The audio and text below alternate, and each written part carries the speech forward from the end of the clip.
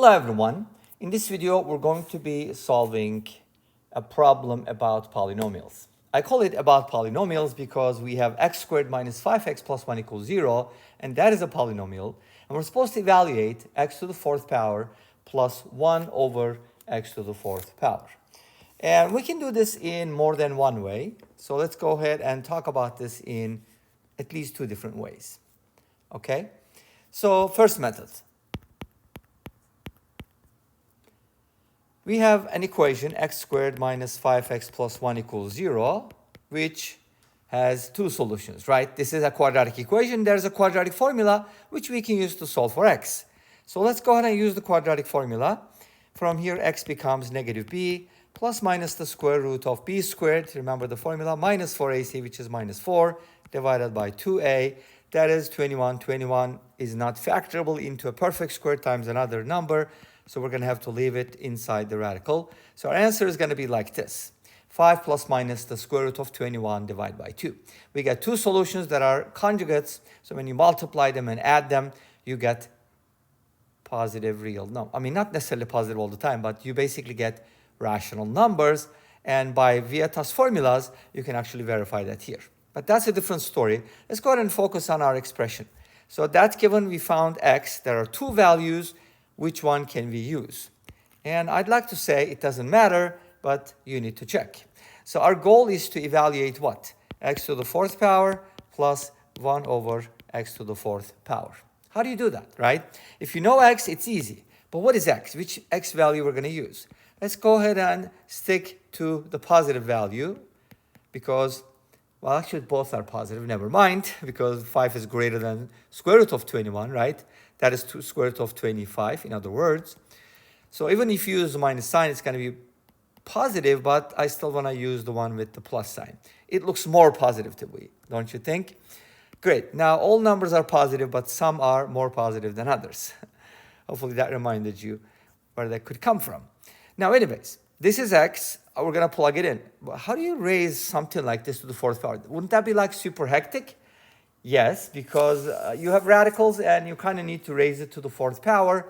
That'll be kind of painful. So instead, let's go ahead and square the x first, and then we can square that again. That's probably going to be easier, right? Step by step. So let's go ahead and square this expression. To square it, it's a sum in the numerator, so we're going to square the numerator. 25 plus square the second term, 21, plus 2ab gives us 10 times the square root of 21 divided by 4. Let's simplify this a little bit. This gives us 46 plus 10 root 21 divided by 4. Obviously, everything can be divided by 2. So x squared becomes 23 plus 5 root 21 divided by 2. Awesome.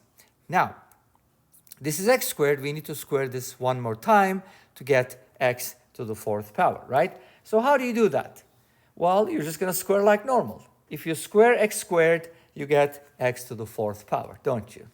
So let's go ahead and do this. Square both sides, and let's do it right here.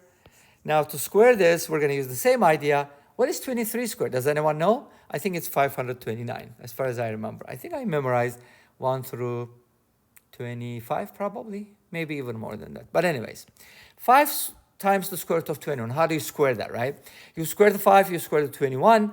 It gives you 25 times 21. And to find out what it is, you can just multiply them. And that's going to give you 525. Plus, you're going to have to do 23 times 5 times 2, which is 10 times 20, 230 times root 21, all over 4 again. Now, we're going to simplify this, obviously. 529 plus 525. Imagine if you were adding 525 and 525, you will get 1050. 4 more than that. 1054. Easy, right? Plus 230 times square root of 21 divided by 4. Now we can go ahead, and this is x to the fourth power, by the way. We can go ahead and divide everything by 2. That's going to give us 527 plus 115 root 21 all over 2. And guess what we're supposed to do? We're supposed to evaluate x to the fourth plus 1 over x to the fourth. Therefore, to do that, we're going to add this number to its reciprocal. So this number plus the reciprocal, right? And that's a 2 in the denominator, which is going to be in the numerator when you flip, and that's what you're going to get. You can leave it like that, can you? No, you need to simplify the expression. How? We need to multiply by the conjugate. But what is the conjugate? The conjugate is 527 minus 125 times root 21. Uh-oh, those are going to be very, very large numbers, don't you think? Yes, with a calculator, hopefully this will become a little easier. But let me just give you the story real quick. When you multiply by that and add, because you're going to get something like this. Let me show you. Of course, we're not making a common denominator yet, right? At least yet. But you're going to get something like this, okay, in the numerator. The denominator is going to be the product of these two things from difference of two squares. It's going to be 527 squared minus 115 squared multiplied by 21. Do you think this number is going to be larger? Probably, because this is a positive quantity. So when you multiply by the radical conjugate, it shouldn't be different. It should stay the same. So, but how do you find 527 squared? If you have the patience, you can go ahead and multiply.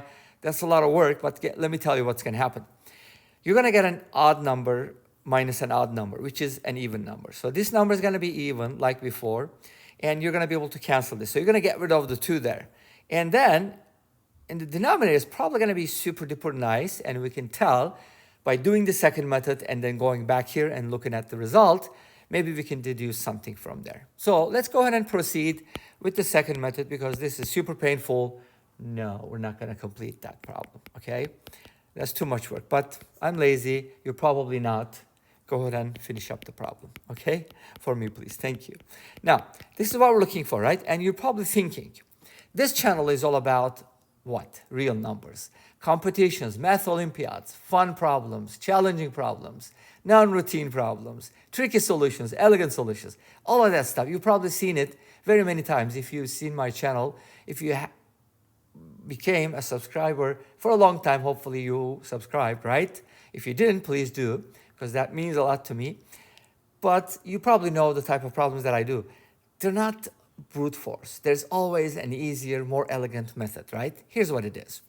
If you pay attention to what's going on here, yes, we do have a quadratic, but if you do a little trick, first of all, look at this. Where does that come from, right?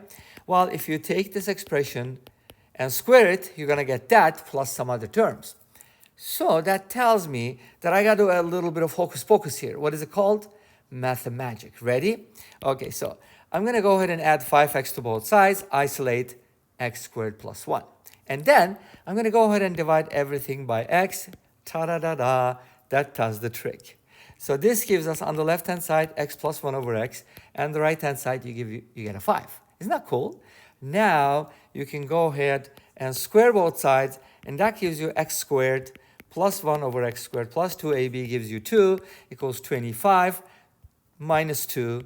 That gives you x squared plus 1 over x squared equals 23. Awesome, but we're not done yet, because we do need x to the 4th plus 1 over x to the 4th. But remember what I told you. If you can find this, you can square that. So we're going to square both sides one more time. And that's going to give us x to the 4th plus 1 over x to the 4th plus 2ab is going to be a 2. And 223 squared is 529. Remember, we talked about it before. And if you go ahead and subtract 2 from both sides, which would be the easiest thing to do, right? 527 would come up as an answer. And this almost brings us to the end. Let's go back and check, see if we could have found 527 with the first method. In order to find that, you would definitely simplify this. So you would have this divided by that. Guess what? That's going to happen. Here's what's going to happen. This is going to equal 2. You got that? And then, well, actually maybe 4. Never mind, it's going to equal 4. It's supposed to be that way. And then 2 goes into 4 twice. So you're going to end up with a 2 here. This will be gone. You have a common denominator. Add these up. These 2 are going to cancel out. You're going to have the 527 twice. And ta-da-da-da, Houston, we have a solution. 527 will work. But, again, could you imagine this would be 4? That's hard to guess, right? But I only know because of the second method. Thank you, second method. I'm glad you exist. And this brings us to the end of this video. Thanks for watching. I hope you enjoyed it.